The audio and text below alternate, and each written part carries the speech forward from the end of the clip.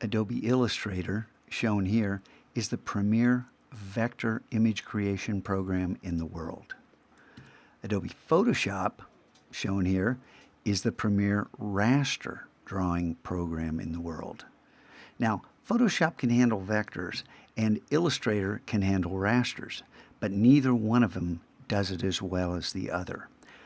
These two programs work in tandem, and I used both programs to help create the t-shirts for Fall High School this year, for our Monday collaboration shirts. I make the shirts every year.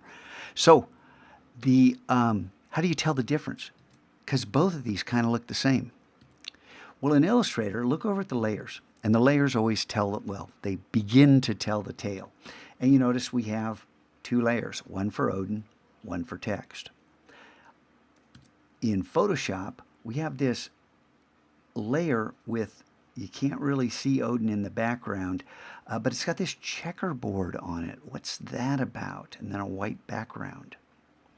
Now let's come back over to Illustrator and examine the artwork.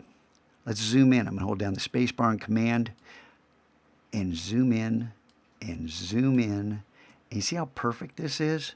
And I can pan around and everything stays perfect. And 0 to zoom back out. Let's jump over to Photoshop and zoom in on the exact same place. Oh my. You begin to see a difference, and I'm sure you've seen something like this. These edges are called anti-aliasing. It is the technique by which Photoshop tries to make things look as if they have crisp edges. But in a raster drawing program, the only crisp edges you're going to get are perfectly vertical or perfectly horizontal. No diagonals, no curves, because everything, if we zoom in, is made of individual pixels along the edge here. The difference between raster and vector. Now you might think, why in the world would I ever use anything other than Illustrator? Well, back in Photoshop, hit Command 0 to zoom back out to full size.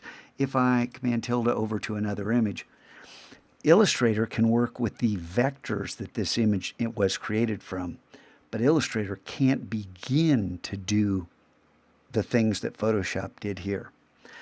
The difference between Photoshop and Illustrator, I like to think of as Illustrator is the recipe. Think of it as a recipe for a pizza. And with Illustrator, you can make a pizza any size you want because you just double or triple the recipe. With Photoshop, Photoshop is the pizza that you get at the end of the recipe. If you try to make it twice as big, usually you get a mess. Photoshop, however, is getting better at upsampling. But back to Illustrator, and we are talking about vectors in this series of videos, and vectors are made of math. They're infinitely scalable. This logo could be on the side of a stadium and it would be crisp and clear. If you took the Photoshop version, it'd be hideous. It'd be terrible. However, we can take smart objects into Photoshop. Getting ahead of myself. Vectors are wonderful, very manipulatable, and lots of things we can do with them.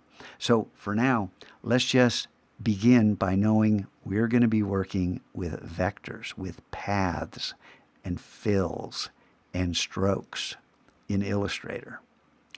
Let's begin our exploration.